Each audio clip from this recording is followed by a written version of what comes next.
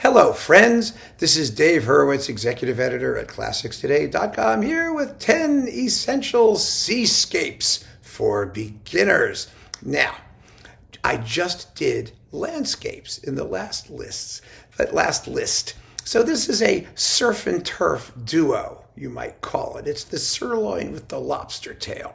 And now we're doing the lobster tail because when I talk about sea pieces, of course, a bunch of you wrote to me and said, oh, please do something, do sea music. And well, we love sea music. What's not to love? Because the sea is one of those unbelievably amazing sources of musical inspiration.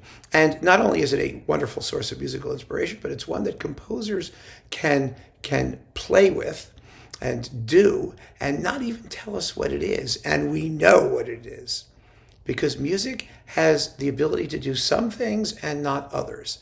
I mean, music is not very good at illustrating, for example, a difficult day at the office or a subway that gets stuck in the tunnel or, you can call things that, right?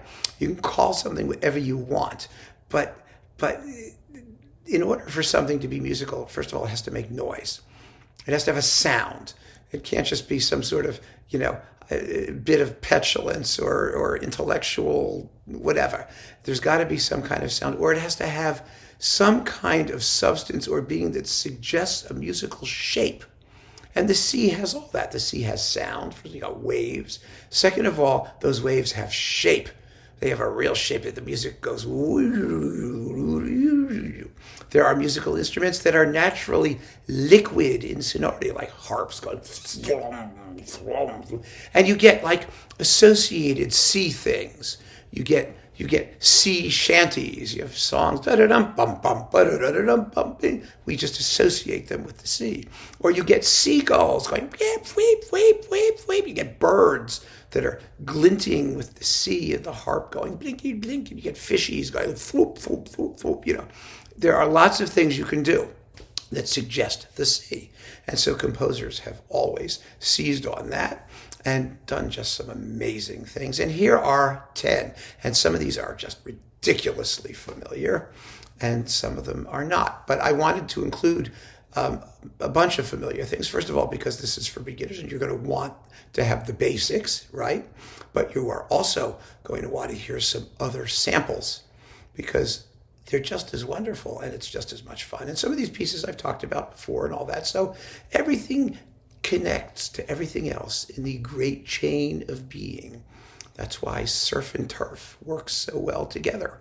Here we go. We begin with the iconic sea piece in the history of humanity, Debussy's La Mer, the ocean.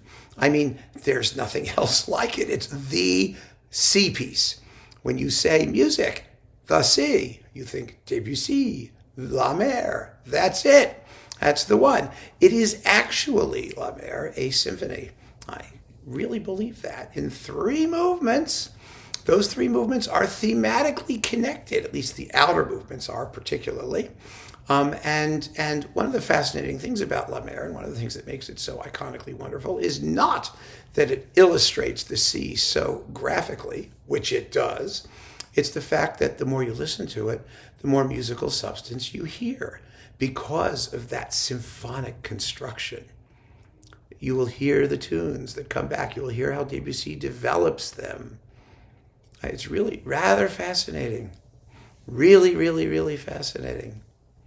I mean, right at the very opening, you'll hear a tune on the woodwinds that goes da da da da da ya da da da da da ya da da da da. Just dreamy and droopy, and then at the very, very end, in a quick tempo, the trumpets are going to go da da da da da da da da pam pa ba da dum pa pa pa ba da da dum. It's exactly the same tune. It's just sped up a bit. And so these are the kinds of things that you'll start to hear once you get to know the work. In the meantime, you just enjoy all the watery stuff. But once you know the watery stuff, there's a lot more to listen to. So we must begin with Debussy's La Mer. Number 2, Frank Bridge, who was the teacher of the great British composer Benjamin Britten. He wrote a piece called The Sea, which has a storm, because you have to have a storm. And oh my goodness, it's beautiful. It's absolutely wonderful. I played this piece. I had my orchestra do it when I was doing the repertoire committee stuff, and we had a really, really good time with it. It has a beautiful tune. Ya-da-da-da-da, ya-da-do-do-do-do-do. It's gorgeous. Absolutely gorgeous. And it really deserves to be played much more frequently than it ever gets, because it's not the Debussy. And it was written at exactly the same time. Oh, the poor man. Talk about bad timing. And it's not an impressionistic piece like Debussy is. It doesn't sort of chart a new path musically the way Debussy does in texture and harmony and, all that shimmery stuff. No, it's a much more sort of meat and potatoes romantic ocean portrait, but it's a very fine one. A very, very fine one, and it really deserves to be heard. And give it a shot. I think you'll really enjoy it. It's beautiful. It's also, by the way, like a 4-movement symphony. It is called The Sea. Bridge later went on to become quite a musical, forward-looking composer, and fascinating as well. He was a good composer. His music is roundly ignored because it's either considered to be romantic and derivative or modern and difficult. And it's a pity because it's all really good, solid stuff.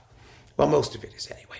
Next, Glazunov, the contemporary, thank you, younger contemporary of Tchaikovsky.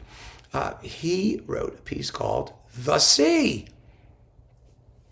There you go, the Russian version. It's the sea, and it's beautiful, and it's watery, and it's sea-like. And what am I supposed to say? He was a great orchestrator. Yes, let's say that. It's colorful, and it's tuneful, and it's evocative, and it's fun to listen to. And I just go listen to it. It's marvelous, absolutely marvelous. And after Glazunov, Sibelius, The Oceanides. Now, this is not one of his Finnish mythological pieces. This is the ocean. It's Greek mythology, I suppose, Oceanides, but exactly what they're doing, who knows? The point with the Oceanides, it's so marvelous, is that it's practically athematic. It only has like one tune in it. Well, it has 2 tunes actually, but it's not the point. The point is all the texture and sound and watery stuff. I mean, the tune is da da da da da da do do do do do do like that, and then it has a second subject that goes da da bum ba da da da. It's actually in perfect, like most of Sibelius' tone poems, by the way, it's in perfect what we call sonata form without a development section.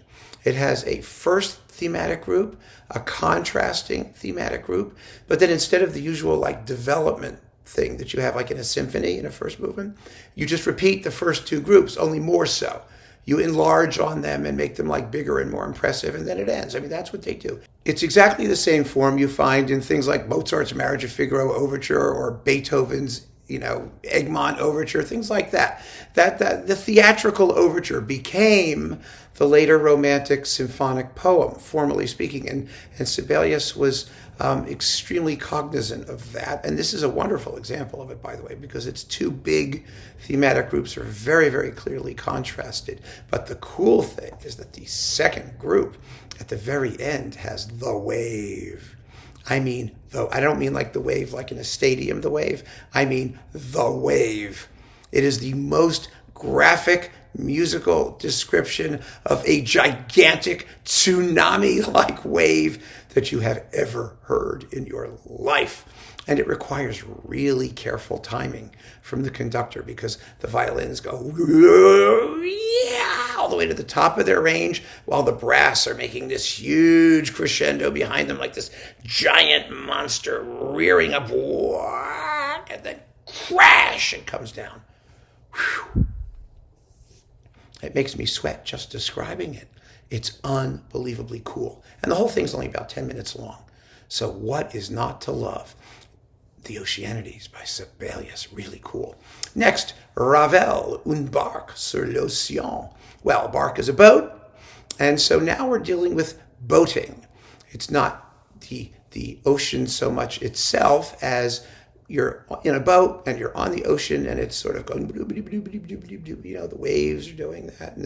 And this also has a very dark central episode, a dark and spooky central episode. It's very, very effective.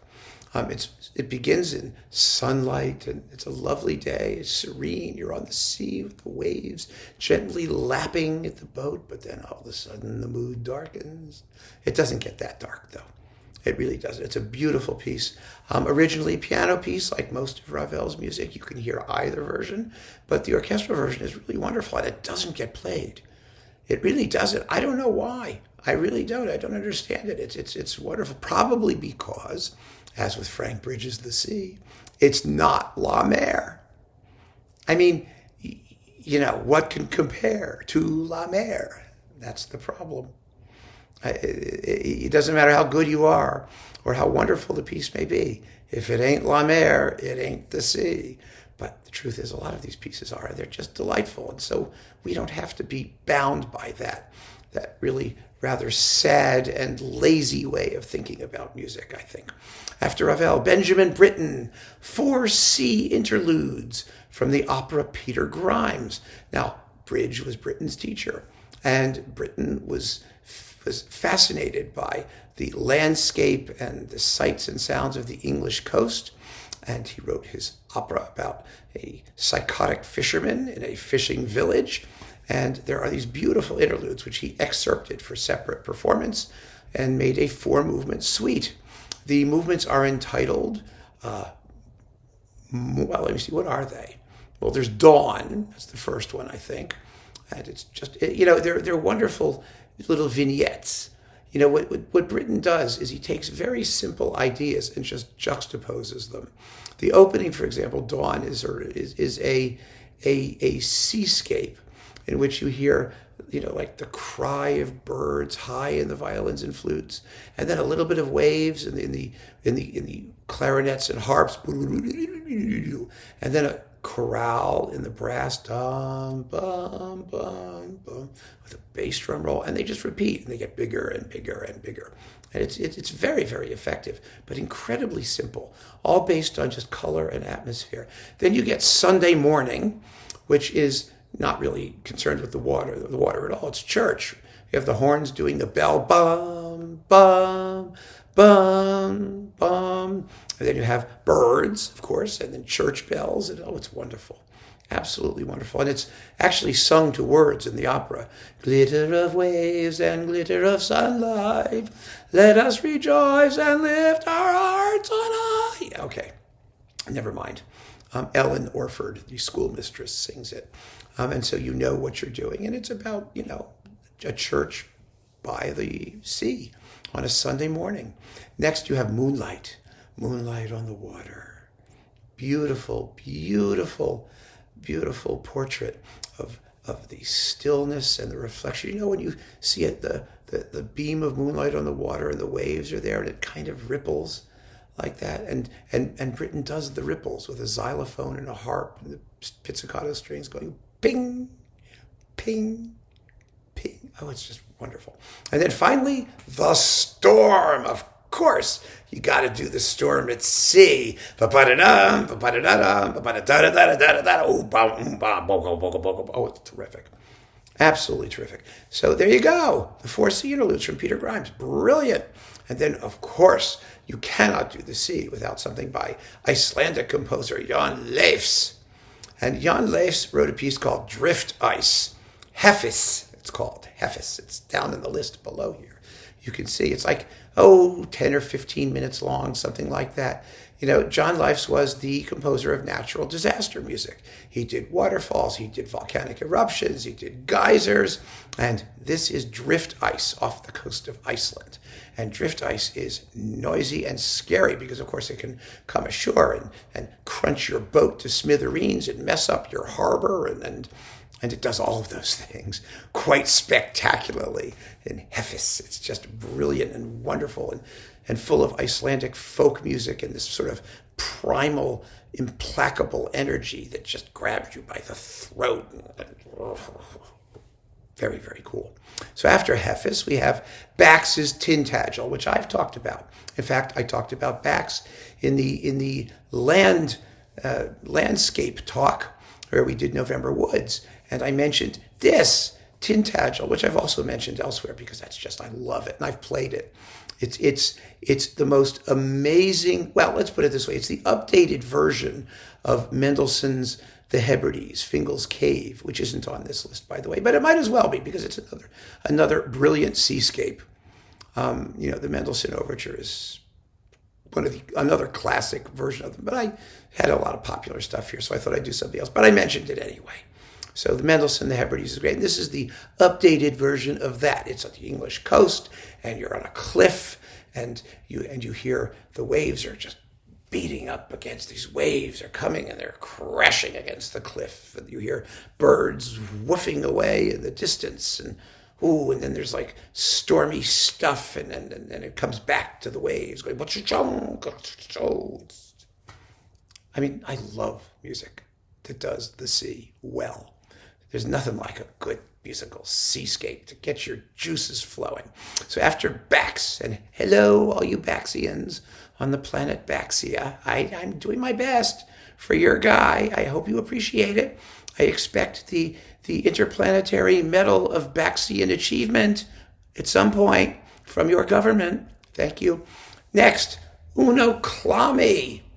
Who the hell is Uno Klami, you might well ask. Well, Uno Klami was a Finnish composer, and he wrote a wonderful piece called Sea Pictures that's just delicious. Now, Klami was interested in French music. He was heavily influenced by Ravel. And the very last of the Sea Pictures is, well, let's just say, it sounds like bolero played backwards. I mean, the tune is da da da da da da da da da da da. Well, no, that's bolero. But the Klami is so close as makes very, very little difference. And it builds like in a big crescendo. It doesn't have the rhythm underneath, but it's really obvious who he's talking about. There's a lot of French in Klami's Finnish music, and the Sea Pictures are just a series of very vivid, colorful, fabulously tuneful, wonderfully orchestrated little portraits. And you should really hear this piece. You're going to love it. It's gorgeous. Absolutely gorgeous. He's a find, Uno Klami. He didn't write too much music. He wrote some symphonies. He wrote some concertos. And he wrote a fabulous Kalevala suite, too, that's based on Finnish mythology. He did a few pieces like that. A couple pieces that Sibelius did. You know, Sibelius did Lemminkainen and the Maidens of Sari, the first of his 4 legends, the Lemminkainen legends, which is a masterpiece. And Klami did his own version of the same story, which sounds completely different and is just as much fun. It's wilder, actually. And his scoring is so terrific.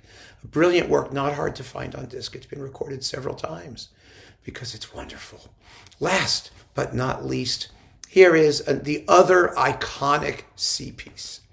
And we don't think of it as a sea piece, but it is. Rimsky-Korsakov's Scheherazade.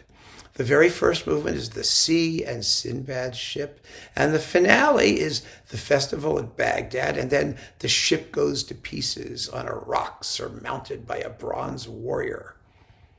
And you know the tune. Da, bum, bum, ya, da, da, da, da, da, da, da, dum, bum.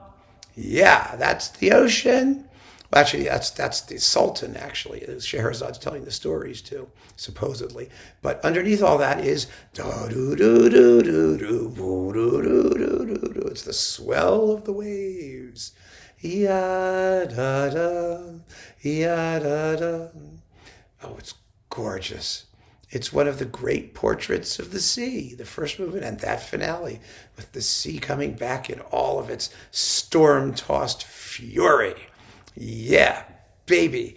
And, if you haven't listened to Scheherazade as a sea piece, because the two inner movements are totally different. They have nothing to do with the sea, right? They're the story of the calendar prince and then the young prince and the young princess, the love story, third movement. So they're different, that's true. But those outer movements, it's the sea, baby. And give it another listen and think about the water. Think about the ocean while you do, because it's so vivid and so wonderfully done. And Rimsky-Korsakov is such an underrated composer, and he was one of the great masters of orchestration.